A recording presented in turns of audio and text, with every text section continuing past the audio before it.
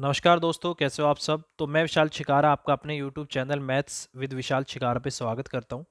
तो जैसे कि मैंने आपको बोला था कि हरियाणा में जितने भी आपके पेपर हुए हैं एचएसएससी ने जो लिए हैं, चाहे वो आपका मंडी सुपरवाइजर का हो, चाहे वो आपका एक्साइज का हो, इंस्पेक्टर का हो, या फिर आपका पटवारी का हो, ग्राम सचिव का हो, जितने भी आपके पेपर हुए हैं उसमें जितने भी आपके, या फिर क्लर्क का हो, एसएससी क्लर्क का, जितने भी आपके मैथ के क्वेश्चन आए हैं वो मैं आपको यहाँ पर कंप्लीट कराऊंगा।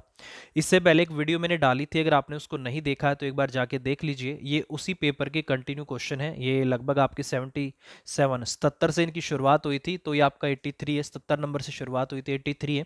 इससे पहले का क्वेश्चन आपको पिछली वीडियो में मिल जाएगा। ठीक है, तो शुरुआत करते हैं इस क्वेश्चन की। इसने बोला था कि 6 से भाग होने वाली, विभक्त होने वाली 3 अंकीय कुल कितनी संख्याएं हैं, ये इन्होंने आपसे पूछा था। ठीक है, देखो पेपर में आया हुआ है, ये आपका एक कांस्टेबल के पेपर में आया हुआ क्वेश्चन है। तो इसको कैसे करते हैं, बहुत ही आसान क्वेश्चन है आपका। ठीक है, देखो इसको करने का तरीका क्या होता है। सबसे पहले तो ये देखो कि 3 अंकों की संख्याएं हैं कितनी। मैंने बोला देखो भाई, 3 अंकों की संख्या आपकी 100 से शुरू हो जाएंगी और ये लास्ट में आपकी कहां तक चलेगी, 999 तक चलेगी। ठीक है, अब आपको ये चेक करना है कि इसमें वो संख्याएं कौन सी हैं भाई जो 6 से भाग होंगी। तो जब आप इसको चेक करोगे तो 100 के बाद पहली संख्या कौन सी आएगी, 102 आएगी, जो आपकी 6 से पूरी भाग होगी। तो 102 तो पहली संख्या आ गई जो 6 से डिविजिबल है। उसके बाद ये देखो कि 999 के पास कौन सी वो संख्या है जो 6 से डिविजिबल है। तो ये आएगी आपकी 996। ठीक है, 996 वो संख्या है आखिरी 3 अंकों की जो आपकी 6 से पूरी डिविजिबल है, पूरी भाग होगी। इनमें बेसिकली क्या होगा, 6 का गैप आएगा, प्लस में फिर आपकी कौन सी होगी, 108 होगी, फिर आपकी 114 होगी। इस तरीके से मतलब इनके बीच में 6 का गैप आएगा। ठीक है, अब आपको ये चेक करना है कि इसमें टोटल संख्याएं कितनी है। तो इसके लिए एक फॉर्मूला होता है, ये आपकी क्या है, फर्स्ट टर्म है। ठीक है, ये आपकी लास्ट टर्म है। तो लास्ट वाली में से पहले वाली को माइनस कर दो और इनके बीच में जो अंतर है, ठीक है, उससे भाग कर दो और जमा में 1 कर दो। आपकी संख्याएं निकल कर आ जाएंगी कि यहाँ पर आपकी टोटल कितनी संख्याएं हैं। ठीक है, बस यही काम आपको करना था कि हमें ये निकालना था कि ये टोटल संख्याएं कितनी है आपकी। ठीक है, तो कर लेते हैं इसको, कैसे होगा देख लो आप। ठीक है, लास्ट आपकी 996 है, यही लिख देता हूँ। ठीक है, लास्ट आपकी 996 है और जो आपकी पहली है वो आपकी 102 है। और नीचे आपका डिफरेंस कितने का, 6 का है, और जमा में आपको 1 भी करना है। ठीक है, तो जब आप इसको करोगे तो यहाँ से जब आप इसको करोगे, 6 में से 2 जाएगा आपका 4 आ जाएगा। ठीक है, 9 का 9 आ जाएगा, और 9 में से आपका 1 जाएगा, कितना आ जाएगा, 8। और डिवाइड बाय में आपका 6 और जमा में आपका 1। ये मैं इसको काट देता हूँ, 6 कम 6 बच गया आपका कितना, 2, 29 आ गया। 6 चुक 24 आ गया, और 29 में से 24 गया आपका 5, 6 निम आपका 54 आ गया, और ये उत्तर आ गया आपका 149 जमा में 1। इसका मतलब 3 अंकों की 150 संख्याएं हैं जो आपकी 6 से पूरी तरीके से भाग होती हैं। तो आपके पर्सन का जो उत्तर आएगा, उत्तर आ जाएगा इसका 150। तो यही आपका एचएसएससी ने इसका आंसर दिया था। तो इस तरीके से आपको इस क्वेश्चन को करना था। ठीक है, चलो जी, अगला क्वेश्चन ये है आपकी स्क्रीन पे। देखो पढ़ते हैं। इसमें बोला है कि बताइए निम्नलिखित में से अवरोही क्रम में कौन सी संख्याएं हैं। देखो आरोही क्रम का मतलब होता है बढ़ते हुए क्रम में लिखना, अवरोही क्रम का मतलब होता है घटते हुए क्रम में लिखना। तो हमें यहाँ पर इसको अवरोही क्रम मतलब घटते हुए क्रम में लिखना है। पहले सबसे बड़ी, फिर उससे छोटी, फिर उससे छोटी, इस तरीके से हमें करना है। ठीक है, तो देखो भाई, 3/5, 7/9, 6/7, ये टोटल 3 यही संख्याएं हैं। जितनी ऑप्शन है सब में यही संख्या है।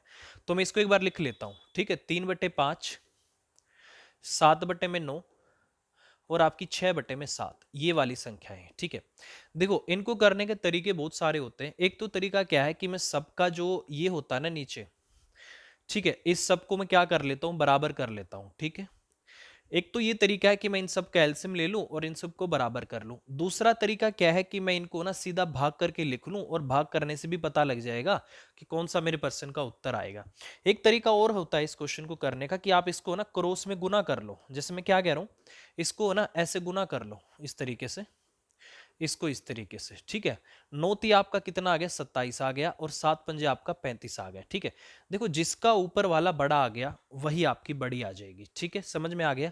तो इसका मतलब यहां से आपको एक बात पता लग गई, ये बड़ी है और ये आपकी क्या है, छोटी है। ठीक है, चलो भाई, अब जो सबसे बड़ी है उसका अगले वाली से ऐसे ही कर लो, तो आपको ये पता लग जाएगा कि सबसे बड़ी कौन सी है। ठीक है, अब देखो इसका इसके साथ कर लो, इसको इससे गुना कर दो और इसको इससे गुना करो। मैंने जैसे ही किया, 9 6 आपका 54 आ गया, और इसका कितना आ गया आपका 49 आ गया। ठीक है, तो आपको ये पता लग गया इन दोनों में से ये वाली बड़ी है। ठीक है, तो आपको ये पता लग गया कि सबसे बड़ी कौन सी है। सबसे बड़ी ये वाली है, इससे छोटी ये वाली है और सबसे छोटी आपकी ये वाली है। तो अब आपको ये देखना है कि अवरोही क्रम में लिखना है। तो सबसे पहले तो घटते हुए क्रम में आपका 6/7 आएगा, फिर आपका 7/9 आएगा और फिर आपका 3/5 आएगा। अब आपको ये देख लेना कि वो कौन सी ऑप्शन है जिसमें दिया हुआ है। तो आंसर भी इन्होंने 4 दिया हुआ, तो एक बार चेक कर लेते हैं। 6/7, 7/9, 3/5। तो हाँ, तो इसका मतलब यही आपके क्वेश्चन का उत्तर आएगा और इस तरीके से आप इस क्वेश्चन को कर सकते हो। ठीक है, नहीं तो आप इसका जो आधार होता है ना, आधार, इनको बराबर भी कर सकते हो। उससे बराबर करने से क्या होगा कि जिसका ऊपर वाला जितना बड़ा होगा वो संख्या उतनी ही बड़ी होगी, अगर आधार सेम है तो। ठीक है, अगर आधार सेम है तो जिसका ऊपर वाला जितना बड़ा वो संख्या उतनी बड़ी, जिसका ऊपर वाला जितना छोटा होगा वो संख्या आपकी उतनी ही छोटी हो जाएगी। ठीक है, तो बहुत सारे तरीके हैं। आप डायरेक्ट भाग भी कर सकते थे, भाग करने से भी आपको डेसिमल में आ जाएगा और दशमलव में आने के बाद आप देख सकते हो कि कौन सा बड़ा है, उससे भी आपका क्वेश्चन हो जाएगा। ठीक है, अगला क्वेश्चन ये कह रहा है कि 1.75, 5.6 और 7 का महत्तम समापवर्तक क्या है, एचसीएफ क्या है। देखो इस क्वेश्चन का आंसर काफी बच्चे ये दे देते हैं, 0.7 दे देते हैं, बट ये क्वेश्चन का आंसर नहीं है, गलत है वो क्वेश्चन का आंसर। तो कभी भी ऐसा मत करना। काफी लोग ऐसे करते हैं कि 1.75 है और आपका 5.6 है और आपका 7 है, इसका सीधा एलसीएम निकाल देते, एचसीएफ निकाल देते हैं और बोल देते हैं जी ये आंसर होगा। ठीक है, 7 आंसर निकाल देते हैं, बट 7 आंसर इसका नहीं है, 0.35 इस क्वेश्चन का आंसर आता है। ठीक है, अब देखो करना कैसे होता है इस क्वेश्चन को। कभी भी जब ऐसा क्वेश्चन आता है तो इसको करने का एक तरीका होता है। क्या तरीका होता है कि देखो सबसे पहले अपने डेसिमल को हटाओ। डेसिमल को आप हटाओगे तो 175 बटे में आपका कितना आएगा, 100 आ जाएगा। ठीक है, यहां से आपका 56 बटे में कितना आएगा, 10 आएगा और यहां से आपका कितना आ जाएगा, 7 आ जाएगा। इसको आपको साधारण बनाना है, बिल्कुल साधारण बनाना है। साधारण बनाने का मतलब क्या है कि जितना जो सबसे बड़ा डेसिमल ये वाला है, सबसे बड़ी जो संख्या नीचे दिख रही है ना, इससे ऊपर आप सब में क्या कर दो, गुना कर दो। ठीक है, एक तो ये तरीका है। या फिर एक काम करो, सबके जो नीचे ये आधार है ना, इसको बराबर कर लो। इसमें नहीं है, इसको ऊपर नीचे 100 से गुना और 100 से भाग कर लो। इसको 100 बनाने के लिए ऊपर नीचे 10 से गुना, 10 से भाग कर लो। और जब भी इस तरीके से निकाला जाता है तो ऊपर वाले का हमेशा क्या निकालते हैं, एचसीएफ निकालते हैं, और नीचे वाले का हम क्या निकाल देते हैं, एलसीएम निकाल देते हैं। ठीक है, अब देखो इस पर्सन की मैं बात कर रहा हूं। अब आपको एचसीएफ किस किस का निकालना है, 175 का, यहां से 560 का और यहां से आपको 700 का। अब आपको इनका एचसीएफ निकालना पड़ेगा।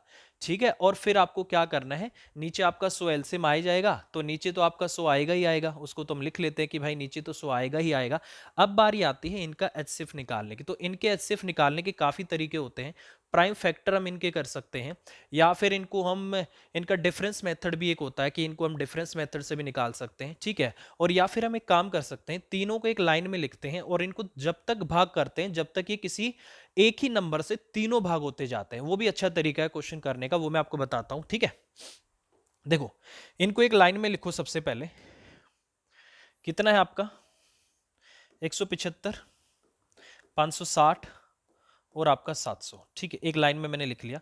मैंने बोला है इनको जब तक भाग करना है जब तक ये तीनों किसी एक ही नंबर से भाग होते रहे। ठीक है, जैसे मैंने क्या देख लिया, सबसे पहले मुझे लग रहा है 7 से ही हो जाएंगे। ठीक है, 7 दूनी 14, 7 पंजे 35, 7 8 आपका 56 और ये आपका कितना आ गया, 100 आ गया। अब देखो ये 5 से भी भाग हो रहा है। ठीक है, तीनों 5 से भाग हो जाएंगे। 5 5 25 आ जाएगा, ये आपका 16 आ जाएगा और ये आपका कितना आ जाएगा, 20 आ जाएगा। ठीक है भाई, अब देखो आपको एक चीज नोटिस करनी पड़ेगी भाई, क्या ये तीनों आगे कोई भी एक ऐसी संख्या नहीं आ रही है जो इन तीनों को भाग कर सकती हो? क्या ये किसी एक नंबर से कट सकते हैं? ये आगे किसी एक कॉमन नंबर से तीनों नहीं कट सकते। तो जहां तक आप पहुंच गए यही आपका एचसीएफ आ जाएगा। 7 गुना में 5, 35, इसका मतलब 35 आपका क्या आ जाएगा, एचसीएफ आ जाएगा। ठीक है, तो मैं आपको फिर बता रहा हूं, आपको भाग जब तक करते जाना है जब तक ये तीनों किसी एक ही नंबर से कटते रहें। आगे ये किसी एक नंबर से नहीं कटेंगे, एचसीएफ आपका 35 आएगा और 100 पहले से नीचे बैठा हुआ है, तो इसका मतलब आपके जो पर्सन का उत्तर आ जाएगा कितना आ जाएगा, डेसिमल के बाद आपका 35 आ जाएगा, क्योंकि 2 के बाद आएगा तो पॉइंट में 35 आपके पर्सन का उत्तर आएगा। तो ये इस तरीके से आपको करना है। कभी भी ये गलती ना करें कि पता लगा पेपर में ये लगाकर आ गए, ऐसा कुछ भी नहीं है भाई। इस तरीके से आपको करना है, जब भी डेसिमल में आएगा तो आपको सबको नीचे डेसिमल में बराबर बना लेना है, ठीक है भाई, बराबर बना लेना है। इससे क्या होगा, क्वेश्चन आपका आसान हो जाएगा, ठीक है। तो इस तरीके से आपको क्वेश्चन करना है, या फिर आप ये देख लेना कि डेसिमल में जो सबसे बड़ा है उसी से सबको गुना कर देना। 100 है ना, 100 से ही सबको गुना कर देना, ठीक है। या फिर आप क्या कर सकते हो, इसको इस तरीके से तो आप कर ही सकते हो, ठीक है। दूसरा तरीका एक और भी आप ट्राई कर सकते हो, अगर आप करना चाहते हो तो उसको भी देख ही लो भाई, अब तो लगे पड़े हैं, ठीक है। अगला जो तरीका है वो क्या है कि आप इसको ना फ्रैक्शन में चेंज कर दो। जैसे आपका 175 है, इसको 175 बटे में 100 लिखोगे ना, तो इसको क्या करो, यहां से फ्रैक्शन में जब आप चेंज करते हो तो इसको कर दो यहां से 5 से काट दो। 5 3 15, पाँचू पाँचू 25, 5 दूनी आपका 10 आ गया, 5 सत्ते 35, और ये आपका कितना आ गया, 7 बटे में 4 आ गया, ठीक है भाई। अगले वाला है आपका 56 बटे में 10। तो यहां से जब आप इसको करोगे ना, 56 बटे में 10, ये आपका 28 और नीचे आपका 5 आ जाएगा, क्योंकि 2 से मैं काट देता हूं, इतना बनेगा। तीसरा आपका सिर्फ कितना आ गया, 7 आ गया, ठीक है, तीसरा आपका 7 है। अब आपको क्या करना है, ठीक है, इससे आई थिंक वैसे बात बनेगी नहीं आपकी, 28 और 5 है, क्योंकि ये तो वही बात पहुंच जाएगी। तो इससे बढ़िया तो आपका वही तरीका है कि आप इसको क्या करो, 100 से भाग कर लो, ठीक है। क्योंकि अगर मैं यहां से 28 भी आ गया तो एक काम कर सकते हैं, चलो एक बार इनका एचसीएफ ले ही लेते हैं, एक बार इनका एचसीएफ ले ही लेते हैं। 7 का 28 का और कितना है, 7 है, ठीक है। 7 28 7 है, ठीक है। तो मैं एक काम करता हूँ, जैसे मैं इसको लिखूंगा 7 बटे में 4, 28 बटे में 5, और ये आपका कितना आ जाएगा, 7। ऊपर वालों का एचसीएफ होता है और नीचे वालों का क्या होता है, आपका एलसीएम होता है, ठीक है। दिखाई दे रहा है भाई, हाँ। तो ऊपर वालों का आपका एचसीएफ होता है, नीचे वालों का आपका एलसीएम होता है, ठीक है। आप जब इनका एचसीएफ निकालोगे तो कौन सी वो संख्या है जो इनसे भाग हो जाएगी, तो मेरे को लग रहा है 7। और इसको लिख लेते हैं उसी तरीके से एक बार, ठीक है। जैसे आपका 7 आ गया, 28 आ गया और आपका 7 आ गया, काट देते हैं, किससे कट रहा है, 7 एकम 7, 7 चौक 28, 7 एकम 7, तो 7 ही क्या आ गया, आपका एचसीएफ आ गया। तो आप क्या कर दो इसको, एचसीएफ तो आपको कितना आ गया, यहां से 7 आ गया और बटे में आपका कितना आ गया, 20 आ गया, ठीक है भाई। कितना आ गया आपका, 7 बटे में आपका 20, ये आपका इस क्वेश्चन का उत्तर आएगा। तो जब आप इसको यहां से भाग करोगे तो आप देख लेना कितना आ रहा है, भाग करके आई थिंक आपका 20 या 60 और 20 पंजे 100, उतना ही आ जाएगा आपका 0.35, ये आपके परसेंट का उत्तर आ जाएगा। अगर ऐसे आपको करना है तो इस तरीके से आप इसको निकाल सकते हो। ये जो डेसिमल की डेसिमल है, आपको इसको हटाना पड़ेगा इस तरीके से, ठीक है, जो 100 है। नहीं तो जो मैंने आपको बोला है उस तरीके से कर लेना, सबको नीचे 100 बना देना, और उस तरीके से करोगे तो भी आपका आंसर आ जाएगा। आंसर इसका यही आएगा, जो भी पेपर में ए लगाकर आता है वो नहीं होगा, ये होगा हमेशा क्वेश्चन का उत्तर, ठीक है। और चलो अगला क्वेश्चन ये है, एक व्यक्ति ने 100 रुपए अपने मित्रों में बराबर बराबर बांटे। यदि उसके 5 मित्र अधिक होते तो प्रत्येक को 1 रुपया कम मिलता। उसके कितने मित्र थे, ये आपसे पूछा है। देखो अगर आप इस क्वेश्चन को डिटेल में करोगे तो क्वेश्चन थोड़ा सा लेंथी जाएगा, ठीक है। और अगर हम एग्जाम के पॉइंट ऑफ व्यू से देखें भाई, अगर हम पेपर में बैठे होते हैं तो हमारे पास इतना टाइम नहीं होता कि हम इतना इतना टाइम इस पे लगा पाए, ठीक है। तो इतना टाइम हमारे पास नहीं होता है, तो हम क्या करते हैं, इसको मैं आपको बताता हूं कि बाय ऑप्शन इसको कैसे करते हैं, ठीक है। देखो भाई, टोटल पैसे आपने 100 रुपए बांटे हैं, ठीक है भाई, 100 रुपए आपने बांटे हैं।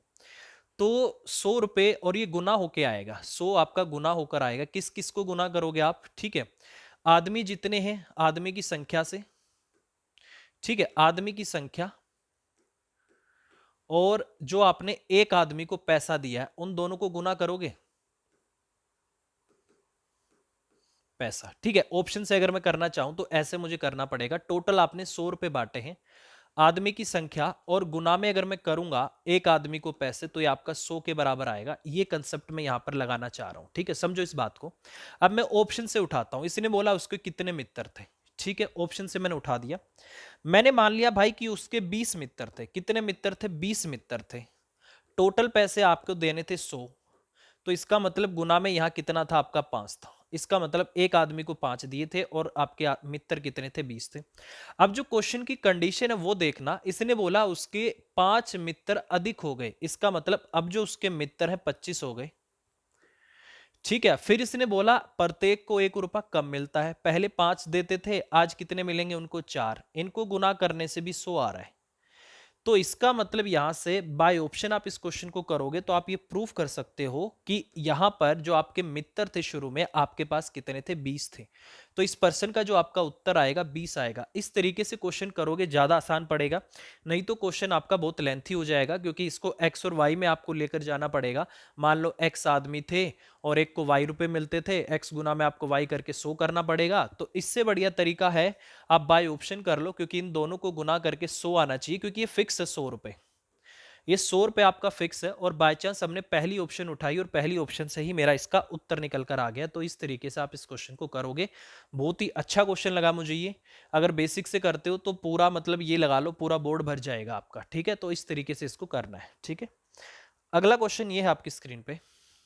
ये कह रहा है कि एक नाव निश्चित बिंदु तक 15 किलोमीटर प्रति घंटे की चाल से जाती है और 10 किलोमीटर प्रति घंटे की चाल से वापस प्रारंभिक बिंदु पर लौट आती है। पूरी यात्रा में नाव की औसत चाल क्या है, ये आपसे पूछा है।